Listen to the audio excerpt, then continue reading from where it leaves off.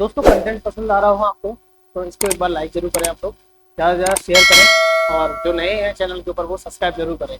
आगे बात करते हैं हम लोग पार्ट 2 में, दूसरी चीज़ों को देखते हैं हम लोग। अभी तक अपन लोगों ने देखा था, अपन ने बात की थी किसकी, एंडीज पर्वतमाला की बात कर रहे थे हम लोग। एंडीज को देखा था हम लोग, उत्तरी एंडीज, मध्य एंडीज और दक्षिण एंडीज के रूप में। अभी बात करें हम लोग पूर्वी उच्च भूमि प्रदेश की बात करते हैं। अभी अभी हमको बात करनी है इसकी, पूर्वी उच्च भूमि प्रदेश की हमको बात करनी है। अच्छा, जब पूर्वी उच्च भूमि प्रदेश की हम बात करें, जब बात करते हैं हम लोग पूर्वी उच्च भूमि प्रदेश की, तो पूर्वी उच्च भूमि प्रदेश के अंदर लोकेशन देखते हैं कि पूर्वी उच्च भूमि प्रदेश क्या किसको रहे, कौन से एरिया को पूर्वी उच्च भूमि प्रदेश के अंदर साउथ अमेरिका के को शामिल किया जाता है। तो इसके अंतर्गत ध्यान रखिएगा, पहला जो प्रदेश आता है इसके अंतर्गत, पहला शामिल जो क्षेत्र है इसका, ये आता है आपका कौन सा, ग्वाना उच्च भूमि का क्षेत्र। ये वाला जो क्षेत्र आता है ये कौन सा है आपका, ग्वाना उच्च भूमि क्षेत्र।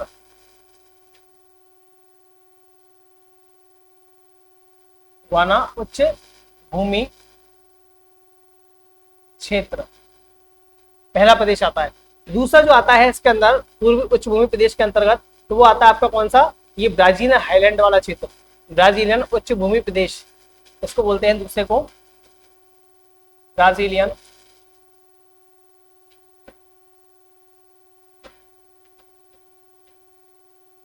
उच्च भूमि प्रदेश, ब्राजीलियन उच्च भूमि प्रदेश। तीसरे प्रदेश की बात करें तो यहाँ दक्षिण के ऊपर अर्जेंटीना के अंदर, अर्जेंटीना जो देश है उसी के अंदर एक पठारी क्षेत्र दिखाई देता है हमको, और इस पठारी क्षेत्र के अंतर्गत तीसरा जो पार्ट आता है इसका, जो अर्जेंटीना के अंतर्गत है, उसका नाम है आपका पेंटागोनिया का पठार। उसका नाम है पेंटागोनिया, पेंटागोनिया का पठार। हमको बात करनी किसकी, पेंटागोनिया के पठार की। तो अभी तक हम लोगों ने 3 पार्टों में डिवाइड किया है इसको, पूर्वी उच्च भूमि क्षेत्र को। एक है गुआना उच्च भूमि क्षेत्र, दूसरा है ब्राजीलियन उच्च भूमि क्षेत्र, और तीसरा कौन सा है, पेंटागोनिया का पठार। पहले पहले बात कर लेते हैं कौन से, आपने गुआना उच्च भूमि क्षेत्र की बात कर लेते हैं हम लोग। जब अपन बात करें गुआना उच्च भूमि क्षेत्र की, तो गुआना उच्च भूमि क्षेत्र में देखना, ये जो उच्च भूमि का जो क्षेत्र है, गुआना हाईलैंड जो क्षेत्र है, उच्च भूमि का क्षेत्र है, ये आपका गुआना 2 देशों के अंदर विस्तारित है। आपका कौन से देश है, एक तो है गुआना और दूसरा देश है इसमें सम्मिलित होता है वो है वेनेजुएला। गुआना और वेनेजुएला के अंतर्गत ये उच्च भूमि का क्षेत्र क्या है आपका दिखाई देता है। और ये जो उच्च भूमि का क्षेत्र है ये लगभग आपका 900 से लेकर के 1800 मीटर तक ऊंचा है। लगभग कितना है, हाइट कितनी है इसकी, 900 से लेकर के 1800 मीटर तक क्या है इसकी हाइट है गुआना उच्च भूमि क्षेत्र की। और इस क्षेत्र के अंदर ध्यान रखिएगा, इस क्षेत्र की जो सबसे ज्यादा इंपॉर्टेंट नदी है, इस क्षेत्र की जो नदी है उस नदी का नाम है ओरिनिको नदी। इस क्षेत्र की जो नदी है जो बहुत ही ज्यादा इंपॉर्टेंट है उसका नाम है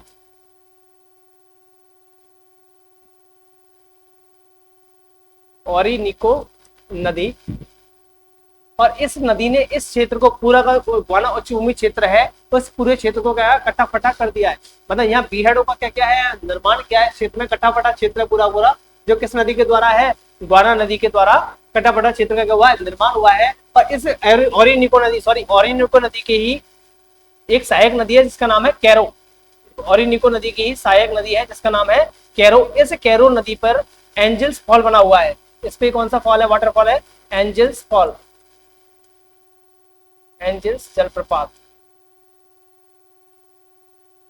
इस गुआना हाईलैंड के ऊपर, वापस से रिपीट कर देता हूं एक बार मैं फिर से इसको, कि गुआना उच्च भूमि क्षेत्र के अंतर्गत आता क्या क्या है। तो गुआना उच्च भूमि क्षेत्र है कहाँ पे आपका, तो ये आपका गुआना और कौन सा देश है, दूसरा देश कौन सा है आपका, वेनेजुएला, उसके अंतर्गत उच्च भूमि का क्षेत्र है, जो कि लगभग 900 से लेकर 1800 मीटर तक की क्या है इसकी ऊंचाई दिखाई देती है क्षेत्र के अंदर। और ये जो नदी क्षेत्र है ये ओरिनिको यहाँ की मुख्य नदी है, और ओरिनिको नदी के द्वारा ये क्या कटापटा क्षेत्र है। इस क्षेत्र का निर्माण कैसा हुआ है, कट्टे पट्टे क्षेत्र के रूप में क्या हुआ है, इसका निर्माण हुआ है। और इस ओरिनिको नदी की ही एक सहायक नदी है जिसका नाम है कैरो नदी। और ये कैरो नदी के ऊपर ही एक जलप्रपात बना हुआ है जिसका क्या है, एंजल जलप्रपात, जो क्या है साउथ अमेरिका का। ये एंजल जलप्रपात जो है वो साउथ अमेरिका का सर्वोच्च सबसे ऊंचा जलप्रपात है,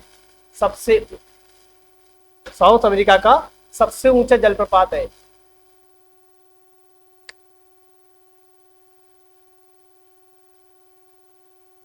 सबसे ऊंचा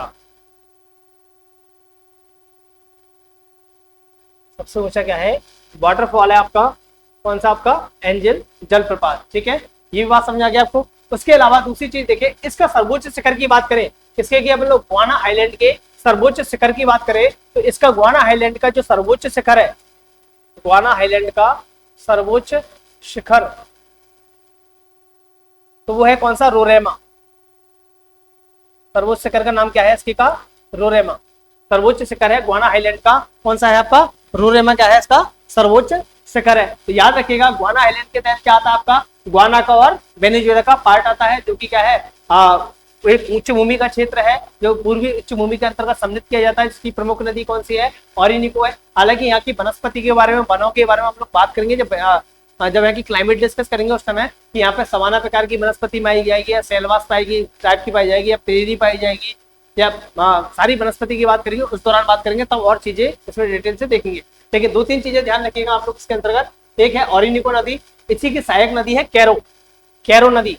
इसकी सहायक नदी आपकी ऑरिनिको नदी की सहायक है और इस कैरो नदी पे ही एंजल जलप्रपात बना हुआ है, जो कि साउथ अमेरिका का सबसे ऊंचा वाटरफॉल है, जो क्या है सबसे ऊंचा वाटरफॉल है। और सर्वोच्च शिखर कौन सा है इसका रोरेमा। सर्वोच्च शिखर कौन सा है इसका रोरेमा। ठीक है, उसके बाद दूसरा जो पार्ट आता है वो कौन सा आता है आपका ब्राजीलियन उच्च भूमि क्षेत्र। दूसरा पार्ट कौन सा आता है आपका ब्राजीलियन उच्च भूमि क्षेत्र आता है। जब बात करते हैं ब्राजीलियन उच्च भूमि क्षेत्र की तो ये क्या है पूर्वी हिस्से पर, मतलब कहां पड़ेगा आपका साउथ अमेरिका के पूर्वी हिस्से के ऊपर दिखाई देता है हमको। साउथ अमेरिका के पूर्वी हिस्से पर उच्च भूमि का क्षेत्र है, जो लगभग इसकी हाइट कितनी है 1000 मीटर इसकी क्या है हाइट है। 1000 मीटर क्या है इसकी हाइट है। कहां पे पड़ता है ब्राजील उच्च भूमि, ब्राजील के अंदर दिखाई देता है। और जो कहां है आपका साउथ अफ्रीका के पूर्वी हिस्से के अंदर दिखाई देता है, लगभग ट्रायंगल शेप में, लगभग कैसा है त्रिकोण ट्रायंगल शेप में है।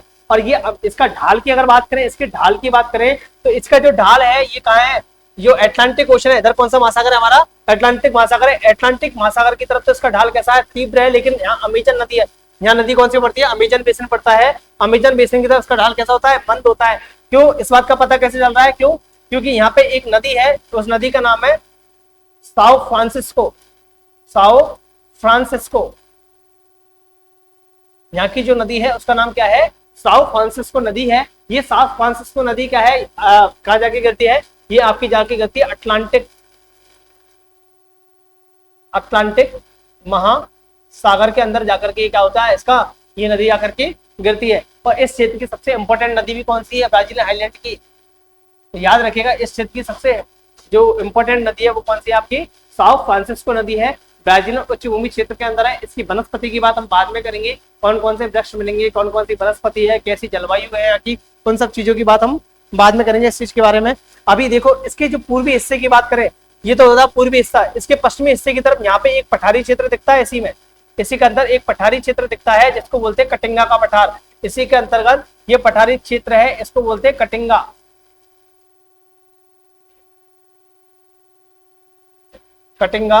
का पठार।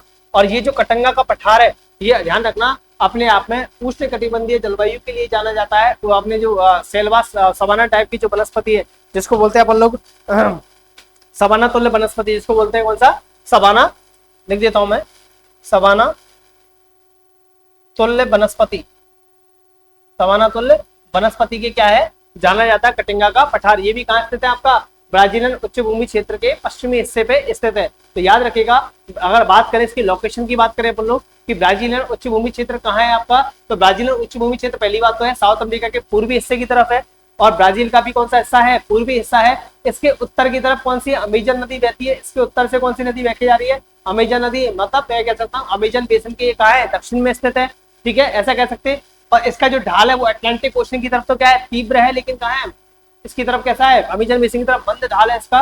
और यहाँ की मुख्य नदी कौन सी है सान फ्रांसिस्को है। साओ फ्रांसिस्को जो नदी है वो नदी कहाँ गिरती है आपके अटलांटिक ओशन में। ये पूरा इसके ढाल के बारे में आपको जानकारी देती है। यहाँ पे क्या मिलेगी हमको सवाना तुल्य वनस्पति मिलती है। कहाँ पे इसके पास में कौन सा मिलेगा कटिंगा का पठार मिलेगा। इस कटिंगा के पठार के ऊपर क्या मिलेगी सवाना तुल्य वनस्पति दिखाई देगी हमको। ठीक है, और वनस्पति की डिटेल में बात करेंगे हम लोग कब जब क्लाइमेट की बात करेंगे उस दौरान। देखिए कौन से बाल सा वृक्ष हैं उनकी भी बात करनी है हमको बात करनी है यहाँ से ब्राजील। तो ब्राजील का जो नाम पड़ा ब्रासिल वृक्ष की बात करेंगे हम लोग, बहुत सारी चीजें बात करेंगे इसके बाद में। ठीक है। तीसरा जो पार्ट है, अभी बात करते हैं पेंटागोनिया के पठार की। इसका जो तीसरा डिवीजन है उसमें कौन सा आता है, पेंटागोनिया का पठार। और ये पेंटागोनिया का पठार मेनली कहाँ है, कहाँ स्थित है आपका, अर्जेंटीना। कहाँ स्थित है, अर्जेंटीना के पूर्वी हिस्से पर स्थित है। अर्जेंटीना के पूर्वी हिस्से में बिल्कुल दक्षिण तक स्थित है। दक्षिणी का पार्ट पड़ेगा कौन सा आपका, साउथ अमेरिका का दक्षिणी हिस्सा दिखाई देगा यहाँ पे। तो अर्जेंटीना के पूर्वी भाग में दक्षिणी हिस्से, दक्षिण अमेरिका के दक्षिणी पार्ट तक दिखाई देता है कौन सा हमारा, पेंटागोनिया का पठार। और याद रखिएगा ये पर्वत पदीय पठार का उदाहरण है। कौन सा है, पर्वत पदीय पठार। ये किसका उदाहरण है, पर्वत पदीय पठार का, क्योंकि इसके पश्चिमी भाग के ऊपर कौन सा पर्वत आ रहा है यहाँ पे, कौन सा रहा आपका भाई, एंडीज पर्वत आ रहा है। एंडीज पर्वत की तुलना में ये निम्नभूमि का क्षेत्र है। और वो वाला पार्ट कौन सा है आपका, पर्वत पदीय पठार का क्या मिलता है, उदाहरण मिलता है पेंटागोनिया का पठार। इसके जो इसकी लोकेशन की बात करें अपन लोग, तो पश्चिम में कौन सा आपका, एंडीज है, जबकि पूर्वी भाग पे क्या है, अटलांटिक ओशन का तटीय पार्ट है। कौन सा है, अटलांटिक ओशन का तटीय भाग है, समुद्री किनारा है यहाँ पे। इसके बीच का जो पार्ट है वही क्या है, पेंटागोनिया का आपका पठार है। ठीक है, ये वाला पार्ट आपको क्लियर हो गया हुआ आई थिंक। अपन ने पढ़ लिया है उच्च भूमि क्षेत्र। अपन ने बात किसकी की है इसमें, उच्च भूमि क्षेत्र की बात की है, पूर्वी उच्च भूमि क्षेत्र की बात की है इसके अंतर्गत। दूसरा पार्ट डिवीजन हो गया भौतिक डिवीजन, कौन सा, पूर्वी उच्च भूमि क्षेत्र। ये सारी चीजें ध्यान रखनी है आपको। उसके बाद तीसरा डिवीजन है इसका कौन सा, मध्यवर्ती निम्न भूमि। अब बात करनी है किसके, हमको मध्यवर्ती निम्न भूमि क्षेत्र की बात करनी है हमको। मध्य भूमि निम्न भूमि क्षेत्र की बात करें, मध्य भूमि मध्यवर्ती निम्न भूमि क्षेत्र के अंतर्गत क्या क्या आता है उसकी बात कर लेते हैं। पहले हम बात कर रहे हैं इसकी मध्यवर्ती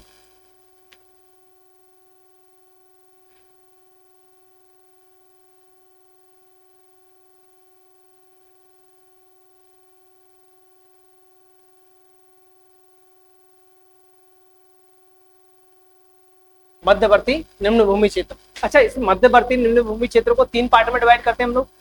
3 पार्टों में डिवाइड क्या हुआ बताया था मैंने पहले भी आपको। तो पहला मैं सीधा डायरेक्टली यहाँ लिखने के बजाय डायरेक्टली आपको लोकेशन में बात करें अपन लोग, तो ये वाला गुआना उच्च भूमि क्षेत्र है। ये वाला क्षेत्र कौन सा था, उच्च भूमि क्षेत्र है। तो ये दिख रहा होगा कोस्टल एरिया, ये पूरा मैंने बना रहा हूँ इसको। ये वाला क्षेत्र यहाँ से खुला हुआ क्षेत्र दिख रहा है आपको, ये खुला हुआ क्षेत्र दिख रहा है आपको, ये पूरा फैला हुआ ये क्षेत्र पूरा, मतलब मैं ऐसे कर दूं इसको पूरे को, ये पूरा क्या है आपका, ये पूरा का पूरा क्या है, पहला पार्ट इसका, इसमें थोड़ा सा अंतर से और देखिए इस तरह से फैला हुआ ये पूरा जो पार्ट दिख रहा है आपको, मतलब गुआना उच्च भूमि क्षेत्र का पश्चिमी जो हिस्सा दिख रहा है आपको, ये क्या है मध्यवर्ती निम्न भूमि क्षेत्र के अंतर्गत शामिल किया जाता है। जिसके अंदर पहला पार्ट है इसका, इसको बोलते हैं ओरिनिको बेसिन। उसको क्या बोलते हैं, ओरिनिको बेसिन।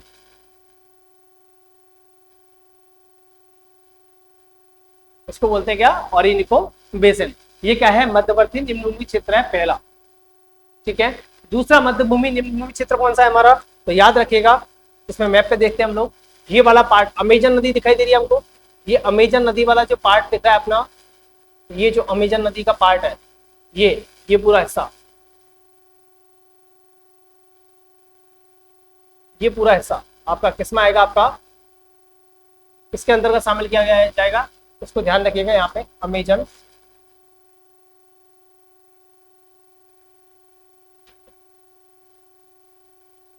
बेसिन के अंदर शामिल करेंगे, उसमें शामिल करेंगे अमेजन बेसिन में करेंगे इसको शामिल, जो कैसा मध्यवर्ती निम्न भूमि क्षेत्र है। और तीसरा डिवीजन किया था हम लोगों ने, तीसरा भी देख लेते हैं एक बार।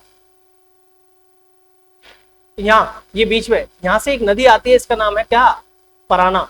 यहाँ से एक नदी आती है उसका नाम है पराग्वे, और नीचे से एक नदी आती है उरुग्वे।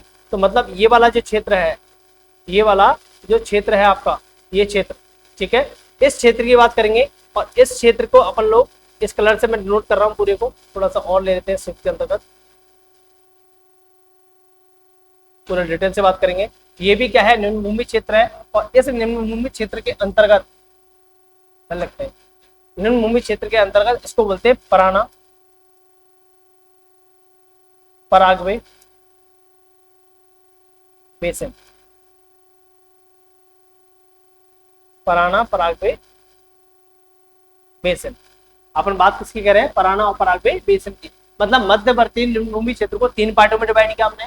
पहला कौन सा, ओरिनिको बेसिन, दूसरा कौन सा, अमेजन बेसिन, तीसरा कौन सा आपका पराना पराग्वे बेसिन। अब इनकी डिटेल से बात करते हैं एक एक की, हम लोग डिटेल में थोड़ा सा देखते हैं इनके बारे में कि क्या क्या फैक्ट्स मिल रहे हैं हमको इसके बारे में। देखो पहली बात को अपन देखें, इनकी लोकेशंस की बात करें अपन लोग, अगर इसकी लोकेशन की बात करें ओरिनिको बेसिन की, तो मैं कह सकता हूं कि जो ओरिनिको बेसिन है, जो मध्यवर्ती निम्नभूमि क्षेत्र है, वो गुआना हाईलैंड के पश्चिम में, सुनना मेरी बात को, जो गुआना हाईलैंड ये क्या है, गुआना उच्चभूमि क्षेत्र है, इसके पश्चिम में, एंडीज के पूर्व में, और अपन बात करें इसके जो अपना कौन सा अमेजन बेसिन है, अमेजन बेसिन के उत्तर में, और कौन सा है अपना तटीय पार्ट कौन सा है, कैरिबियन सागर के तटीय भाग तक क्या मिलता है हमको, दिखाई देता है पूरा पूरा क्षेत्र, वो क्या कहलाएगा आपका ओरिनिको बेसिन दिखाई देगा। मतलब मैं सिंपल सी बात कह रहा हूँ, ये क्या है आपका, अगर इसकी लोकेशन देखें तो ये वाला पार्ट कौन सा अपना, ये है आपका गुआना हाईलैंड, ये कौन सा है, गुआना हाईलैंड है हमारा, गुआना उच्च भूमि, ठीक है। गुआना उच्च भूमि के कहां पे, पश्चिम में। इधर एंडीज के क्या है, पूर्वी भाग में। अमेजन बेसिन के उत्तरी भाग में जो स्थित मैदान दिखाई देता है, निम्न भूमि का क्षेत्र दिखाई देता है, उसी को क्या कहते हैं, ओरिनिको बेसिन के नाम से जान रहे हैं। और ये ओरिनिको बेसिन कुछ और नहीं है, ओरिनिको जो नदी है, ओरिनिको जो नदी है उसी का क्या है, प्रवाह क्षेत्र है। ओरिनिको नदी का क्या है, प्रवाह क्षेत्र है। इसके अंतर्गत ओरिनिको, इसका जो निर्माण क्या है, वो ओरिनिको की सहायक नदियां हैं, उन्होंने क्या किया, इस क्षेत्र का मैदान का निर्माण किया है। अच्छा यहाँ दिख रहा होगा आपको कि ये तटीय जो भाग है इसका, जहाँ पे ये कैरिबियन सागर में के पास में जो खुला हुआ भाग है, यहाँ पे से ये मैदान क्या है, चौड़ा है, जबकि अंदर की तरफ ये मैदान कैसा है, सकरा है। ये बेसिन कैसा है, ये जहाँ पे मुहाना है, नदी का जहाँ मुहाना है जो समुद्र में मिल रहा है, उस मुहाने पे तो ये मैदान कैसा है, चौड़ा है, चौड़ा दिखाई देता है, लेकिन अंदर की तरफ से कैसा हो जाता है, सकरा दिखाई देता है। ये मैदान कैसा दिखाई देता है, सकरा दिखाई देता है। हालांकि ये जो मैदानी क्षेत्र है, ये आपको याद होगा सवाना तुल्य वनस्पति के लिए जाना जाता है। हालांकि मैं आगे बात करूंगा इसके बारे में डिटेल में, तो याद रख, वैसे नॉलेज के लिए आप रख लीजिए कि सवाना तुल्य वनस्पति पाई जाएगी इस क्षेत्र के अंतर्गत। और यहाँ पे एक झील और मिलती है, जो कि पश्चिमी कार्डिलेरा, अपने बात किया था ना, पूर्वी कार्डिलेरा और पश्चिमी कार्डिलेरा, मध्य कार्डिलेरा, तो जो पूर्वी कार्डिलेरा और पश्चिमी कार्डिलेरा के बीच में यहाँ एक झील पड़ेगी, जिसका नाम है मरैकैबो झील। इसका नाम क्या है, मैं लिख देता हूँ, मरैकैबो, मरैकैबो झील, उत्तरी पार्ट में दिखती है झील। तो ये जो मरैकैबो झील है, जो कहाँ है आपका, पूर्वी, जो पूर्वी वाला भाग है हमारा किसका, पूर्वी कार्डिलेरा का, और किसका, मध्य कार्डिलेरा का, उनके बीच में मरैकैबो झील मिलेगी। और ये झील पेट्रोलियम उत्पादन के लिए जानी जाती है। इसके लिए जान रहे हैं हम लोग, पेट्रोलियम उत्पादन के लिए जानी जा रही है। और इसमें निम्नभूमि क्षेत्र के अंदर कृषि भी होगी, कुछ जलोढ़ मिट्टी का मैदान का निर्माण भी किया जाएगा यहाँ पे, ठीक है। तो ध्यान रखिएगा, ओरिनिको बेसिन की लोकेशन क्या है, आपको मिल गई। ये ओरिनिको बेसिन की क्या है, हमारी लोकेशन है। ओरिनिको नदी और उसकी सहायक नदी में जिस बेसिन का निर्माण किया है, कोई कौन सा, ओरिनिको बेसिन के नाम से जाना जा रहा है। दूसरा आता है अमेजन बेसिन। दूसरी बात करते हैं हम लोग किसकी, अमेजन बेसिन की बात करते हैं। अमेजन और अमेजन की जो सहायक नदियां हैं, अमेजन और अमेजन नदी की जो सहायक नदियां हैं, उनके द्वारा जिस बेसिन का निर्माण किया गया है, वो क्या कहलाएगा आपका, अमेजन बेसिन कहलाएगा। वो क्या कहलाएगा, अमेजन बेसिन कहलाएगा। और जो अमेजन नदी है, ध्यान रख लेना, ये कौन सी नदी है यहाँ पे इंपॉर्टेंट, अमेजन नदी है। ये याद रखना, नील नदी के बाद में सेकंड नंबर पे आती है लंबाई में, सेकंड लॉन्गेस्ट रिवर है। जबकि वॉल्यूम की दृष्टि से देखें, वॉल्यूम अपवाह की दृष्टि से देखें, तो अपवाह की दृष्टि से विश्व की सबसे बड़ी नदी भी कौन सी आपकी, अमेजन है। अपवाह की दृष्टि से, वॉल्यूम की दृष्टि से, जो पानी ढोकर के लेके जाती है, जल लेकर के जाती है, उसकी दृष्टि से सबसे बड़ी नदी कौन सी आपकी, अमेजन है। जबकि लंबाई के आधार में बात करें अपन लोग, तो नील नदी के बाद में, अफ्रीका की नील नदी के बाद में सेकंड नंबर पे कौन सी आ जाती है, अमेजन नदी आ जाती है। अच्छा, ये जो अमेजन नदी है, ये जो अमेजन नदी है, इसका देखना, इसका जो अंदरूनी पार्ट है, जो अंदर वाला हिस्सा है, जो कहा एंडीज पर्वत की तरफ दिखाई देता अंदरूनी भाग है, वो कैसा है, ज्यादा चौड़ा है एज कम्पेयर टू मुहाने में। मुहाने से तो ये कैसा है, सकरा है, जबकि अंदर की तरफ से क्या है, चौड़ा है। अंदर की तरफ से क्या है, चौड़ा है। और बाहर जो मुहाना है, नदी का मुहाना है, जहाँ पे नदी जाके समुद्र में गिर रही है, अटलांटिक महासागर में जाके गिर रही है, तो वहां से क्या है, ये नदी, ये कैसी है, सक्रिय है वहां से, ठीक है। और ये नदी यहाँ से, ध्यान रखना, यहाँ से विषुवत रेखा गुजरती है, और ये विषुवत रेखा को नहीं काटती है। ये नदी विषुवत रेखा को नहीं काटती है, बल्कि विषुवत रेखा के समानांतर बह करके कहाँ गिर जाती है, कहाँ गिरती है, अटलांटिक महासागर के अंदर जाकर के गिर जाती है। और ये नदी क्या करती है, इक्वेटोरियल रेन फॉरेस्ट का क्या करती है, निर्माण करती है, बड़े बेसिन का निर्माण करती है। और ये बेसिन याद रखना, अंदरूनी भागों में कैसा है, लगभग 3500 मीटर तक, लगभग 3500 किलोमीटर तक, मीटर नहीं, 3500 किलोमीटर तक लगभग क्या है, नौका गम में या जहाज जा सकते हैं अंदर तक इस नदी के अंदर, इतना वॉल्यूम है इसका, जहाज जाने की कंडीशंस है यहाँ पे उपलब्ध इसके अंतर्गत इस नदी बेसिन में। ठीक है, ये नदी बेसिन पे ये बात ध्यान रखना, ये गिर कहाँ रही है आपका, इस तरफ गिर रही है, ये चौड़ाई में कहाँ से ज्यादा है, तो अंदरूनी पार्ट का ज्यादा चौड़ा है। अगर लोकेशन की बात करें तो ब्राजीलियन उच्च भूमि जो है, ब्राजीलियन उच्च भूमि क्षेत्र के उत्तरी पार्ट में, एंडीज के पूर्वी भाग में, गुआना आइलैंड के दक्षिणी भाग में जो बेसिन दिखाई देता है हमको, या ओरिनिको नदी बेसिन के दक्षिणी भाग में जो बेसिन दिखाई देता है हमको, वही क्या कहलाता है आपका, अमेजन नदी बेसिन कहलाता है। क्या कहला रहा है, अमेजन नदी बेसिन कहला रहा है। अब इस बेसिन के अंदर और भी बात करें, जब प्राचीनतम कुछ भूगोल शास्त्रियों का मानना ऐसा भी है इसके बारे में कि पहले ये नदी अटलांटिक ओशन में ना गिर करके ये गिरती थी कहाँ पे, पैसिफिक ओशन में गिरती थी। बात समझने मेरी बात को, ये नदी कहाँ से, एंडीज से निकल करके कहाँ गिर जाती थी, पैसिफिक ओशन के अंदर गिर जाती थी। लेकिन क्या हुआ, एंडीज के उत्थान के बाद में, एंडीज के उत्थान के बाद में क्या हुआ है, ये नदी का प्रवाह क्षेत्र कहाँ आया, ये नदी कहाँ गई है, कहाँ गई है, अटलांटिक महासागर में गिरने लगी है। क्योंकि इसके अंदर क्या हुआ है, इस नदी के अंदर जो एंडीज से निकलने वाली नदियां, उन्होंने क्या किया, अवसाद ला के डाले इस नदी के अंदर, अमेजन नदी के अंदर जो एंडीज से निकलने वाली नदियां, उन्होंने अवसाद ला करके अवसादों का क्या किया है, जमाव किया है। और अवसादों के जमाव करने के कारण से इसके मध्य भाग के, इसका प्रूफ क्या है, इसके मध्य भाग में क्या है, दलदल पाए जाते हैं। इस नदी के मध्य भाग के अंदर क्या पाए जाएंगे, दलदल पाए जाते हैं। और इन दलदलों को स्थानीय भाषा में अमेजन के दलदल जो है, अमेजन दलदल, अमेजन नदी के जो दलदल है इसके मध्य भाग में दिखाई देते हैं, उन्हें स्थानीय भाषा में, स्थानीय भाषा में एगापोस कहते हैं। क्या कहते हैं, एगापोस कहते हैं, ये याद रखिएगा आप। और ये प्रूफ है इस बात का कि पहले ये नदी कहाँ गिरती थी, इधर जाके गिरती थी। ठीक है, अभी गिरती इधर गिर रही है, अटलांटिक ओशन के अंदर जाकर के गिर रही है। इसके मध्य भाग में क्या मिल रहा है, दलदली क्षेत्र मिल रहा है। और दलदली क्षेत्र को स्थानीय भाषा में क्या बोलते हैं, यहाँ पे एगापोस बोलते हैं। हालांकि जो पेरुवियन एंडीज है, मतलब पेरू के अंदर जो एंडीज वाला पार्ट है इसमें, तो मैं बोल दूं इसको पेरुवियन एंडीज, जो पेरुवियन एंडीज है, पेरुवियन एंडीज के अंदर जो अमेजन नदी है, पेरुवियन एंडीज के अंदर जो निवासी लोग हैं वो अमेजन नदी को, वो अमेजन नदी को, दलदलों को तो क्या बोलते हैं, एगापोस बोलते हैं, दलदलों को बोलते हैं वो एगापोस। और जो पेरुवियन एंडीज है उसके अंतर्गत अमेजन नदी को बोलते हैं वो, यहां बोल देंगे वो मरानोक। क्या बोलते हैं, पेरुवियन एंडीज में अमेजन नदी को क्या बोलते हैं, मरानोक बोलते हैं। क्या बोलते हैं, मरानोक। ये टर्मिनोलॉजी थोड़ा सा देख लीजिएगा, आप लोग याद कर लीजिएगा, ये इंपॉर्टेंट भी है थोड़ी एग्जाम पॉइंट से। जीप पेपर बनाएगा तो वो पूछ ही लेगा कहीं ना कहीं आपसे, क्वेश्चन को पूछ ही रहेगा क्वेश्चन। तो एगापोस जो है अमेजन नदी के दलदलों को ज्यादातर तो यहाँ तक सीमित रहना है, तो फिर भी स्थानीय लोकल लैंग्वेज पेरुवियन एंडीज के अंदर उसको क्या बोल रहे हैं, मरानोक के नाम से जान रहे हैं। उसके अलावा ब्राजील के अंदर भी, ब्राजील के अंदर मैं लिख दूं तो यहाँ पे भी ब्राजील, ब्राजील के अंदर अमेजन नदी को सोलिमोस, सोलिमोस,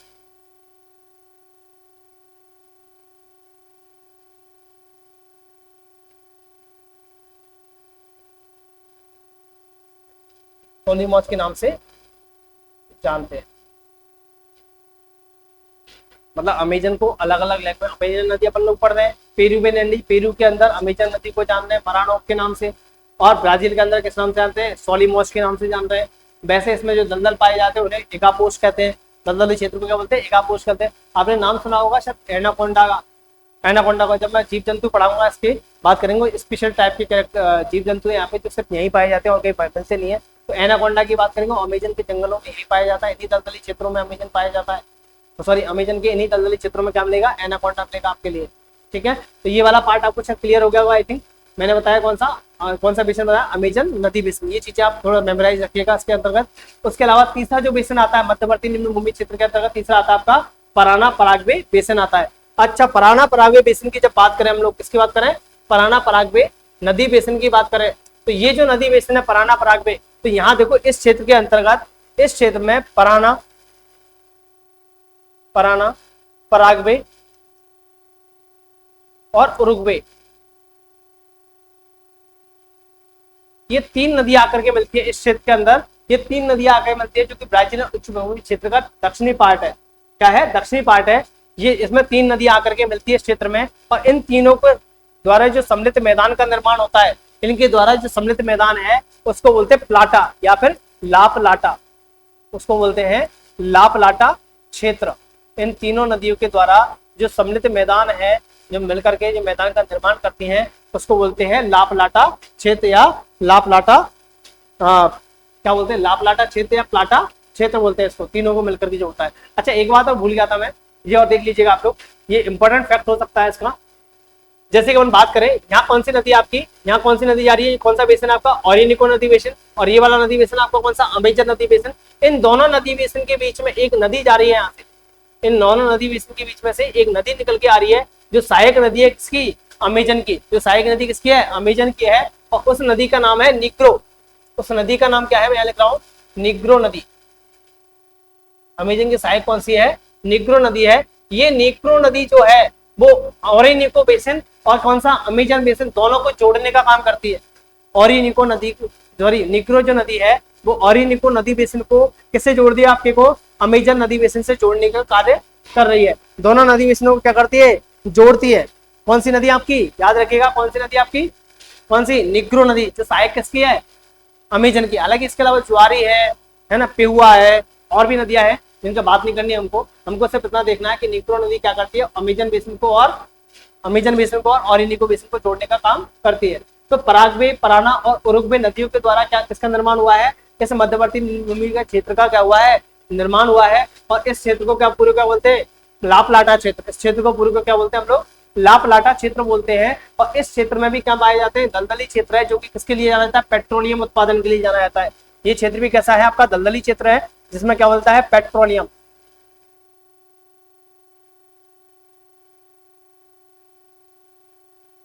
इसमें क्या मिलेगा, शेष से अपने को यहाँ से भी क्या मिलता है, पेट्रोलियम मिलता है। अच्छा इस क्षेत्र से ऊपर की तरफ यहाँ देखना, इस क्षेत्र के अंतर्गत ही यहाँ ग्रांड चाको वाले मैदान मिलते हैं।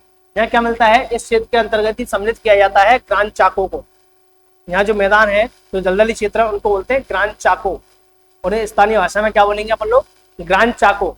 ग्रांड चाको बोलेंगे स्थानीय भाषा के अंतर्गत। बात समझ में आ रही होगी आई थिंक। अपन ने बात की किसकी, मध्यवर्ती निम्न भूमि की। मध्यवर्ती निम्न भूमि के अंतर्गत अपन ने ओरिनिको बेसिन, उसके बाद अमेजन बेसिन, उसके बाद हमने डिस्कस किया कौन सा, लापलाटा क्षेत्र, जिसमें पराना, पराग्वे और उरुग्वे नदी के द्वारा क्या है, सम्मिलित है। जिस क्षेत्र को क्या बोल रहे हैं अपन लोग, ग्रांड चाको क्षेत्र बोल रहे हैं, दलदली क्षेत्र है, इसमें पेट्रोलियम उत्पादन के लिए जाना जा रहा है। ठीक है, आगे इसकी वनस्पति की बात करेंगे, वो करेंगे हम लोग क्लाइमेट के अंदर। जब क्लाइमेट में बात करेंगे तो अपन बात करेंगे इसमें कि कौन कौन से क्षेत्र को, कौन सी कटिबंधीय जलवायु, प्रेरी, पंपास वगैरह की बात करेंगे, उस दौरान करेंगे इन चीजों की बात। अभी नेक्स्ट सेगमेंट पे चलते हैं हम लोग। अगला सेगमेंट हमारा कौन सा, तटवर्ती निम्न भूमि क्षेत्र। अभी तक हम लोग पढ़ लिया कौन सा, एंडीज पढ़ चुके, पूर्वी उच्च भूमि क्षेत्र पढ़ लिया हम लोगों ने, मध्यवर्ती निम्न भूमि, तीनों बेसिन देखे। उसका लास्ट बचा है इसका कौन सा, तटवर्ती मैदान। तटवर्ती मैदानों की जब बात करते हैं हम लोग, तटवर्ती मैदानों की बात करें हम लोग, एक स्लाइड ले लेते हैं हम लोग, कॉपी कर लेते हैं इसकी भी।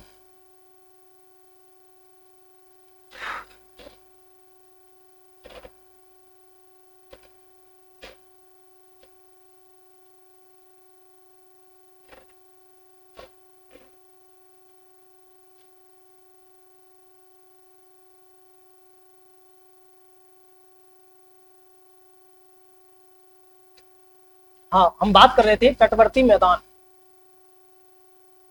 देखो साउथ अमेरिका के अंतर्गत तटवर्ती मैदान ज्यादा इंपॉर्टेंट नहीं है। क्यों नहीं है, क्योंकि यहाँ जो तटवर्ती मैदान है वो स्पष्ट तौर पे दिखाई नहीं देते। इस क्षेत्र के अंदर तटवर्ती मैदान, साउथ अमेरिका कॉन्टिनेंट के ऊपर स्पष्ट रूप से तटवर्ती मैदान दिखाई नहीं देते। जैसे कि अपन बात करें पैसिफिक ओशन की तरफ बात करें, यहाँ प्रशांत महासागर है। पैसिफिक ओशन की तरफ बात करें तो यहाँ कौन सी श्रृंखला आ रही है, पैसिफिक ओशन की तरफ, मतलब इसके पश्चिमी भाग के अंदर। तो यहाँ पे आप देखोगे, यहाँ पे एंडीज है, यहाँ क्या है आपका, एंडीज है। नीचे की तरफ, ऊपर से नीचे तक क्या है आपका, एंडीज पर्वत श्रृंखला है। और एंडीज पर्वत श्रृंखला का पश्चिमी जो किनारा है, वहां पे किसी भी प्रकार के मैदान का निर्माण नहीं होता, तटवर्ती मैदान का निर्माण नहीं होता है, क्योंकि ये बहुत ही क्या है, सकरा मैदान है। यहाँ क्या है, बहुत ही सकरा क्षेत्र है। और यहाँ की जो नदियां हैं वो क्या है, यहाँ से एंडीज से निकलने वाली जो नदियां वो क्या है, तीव्र, बहुत स्पीडली निकलती है। यहाँ से स्पीड से निकलती है, मैदान का निर्माण किए बगैर ही, कम दूरी के हैं तो सीधा समुद्र में जाकर के मिल जाती है, इसलिए मैदान का निर्माण नहीं करती है। अगर इसके पश्चिमी क्षेत्र पे कहीं मैदान मिलता है, पश्चिमी क्षेत्र पे कहीं मैदान दिखाई देता है हमको, तो वो इक्वाडोर के पास दिखाई देता है। थोड़ा सा चौड़ा मैदान कहीं मिलता है पश्चिमी तट पे, तो वो इक्वाडोर के पास दिखता है हमको। यहाँ कौन सा है, इक्वाडोर।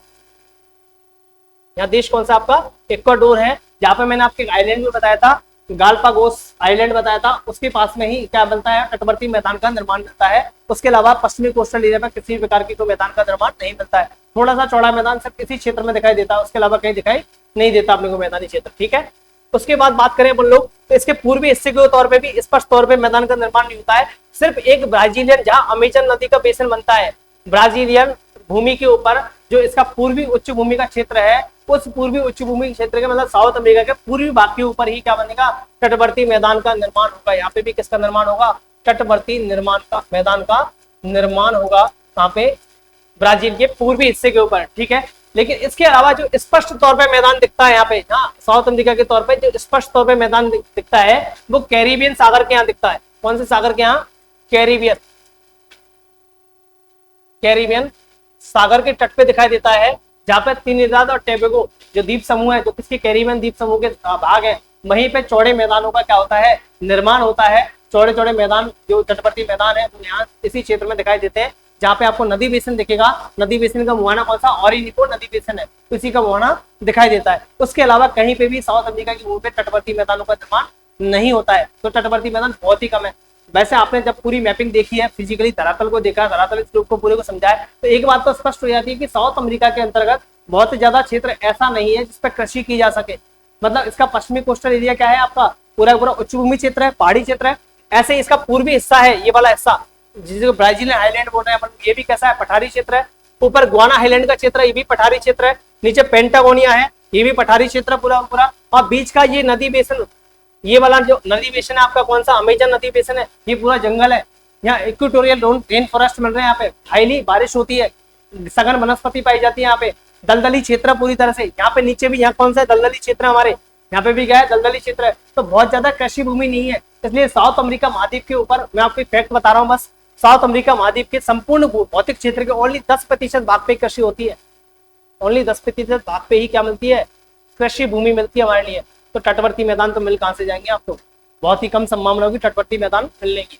तो बात क्लियर है कि यहाँ की जो फिजिकल कंडीशंस है वो कंडीशंस कुछ ऐसी हैं इसकी वजह से यहाँ पे समतल भूमि या मैदानों का निर्माण बहुत ज्यादा नहीं हुआ है। और जब मैदानों का निर्माण नहीं है तो खेती भी नहीं होगी, कृषि भी नहीं होगी, इसलिए यहाँ के भाग पे कितने, ओनली 10% भाग पे क्या मिलती है, कृषि कार्य किया जाता है या कृषि उत्पादन किया जाता है। आई होप अभी तक हम लोगों ने पढ़ा, पूरा फिजिकल ज्योग्राफी को कंप्लीट किया हम लोगों ने, साउथ अमेरिका के बारे में फिजिकल को पूरे को कंप्लीट किया हमने। धरातलीय स्वरूप के फिजिकल भागों में 4 भागों में डिवाइड किया था। एंडीज को डिटेल से पढ़ा हम लोगों ने, उसके बाद पूर्वी उच्च भूमि को पढ़ा, फिर उसके बाद मध्यवर्ती निम्न भूमि को, उसके बाद तटवर्ती मैदानों को। ये सारा डिटेल में देखने के बाद में अभी हमको नेक्स्ट सेगमेंट पे जाना, और नेक्स्ट सेगमेंट है इसका क्लाइमेट।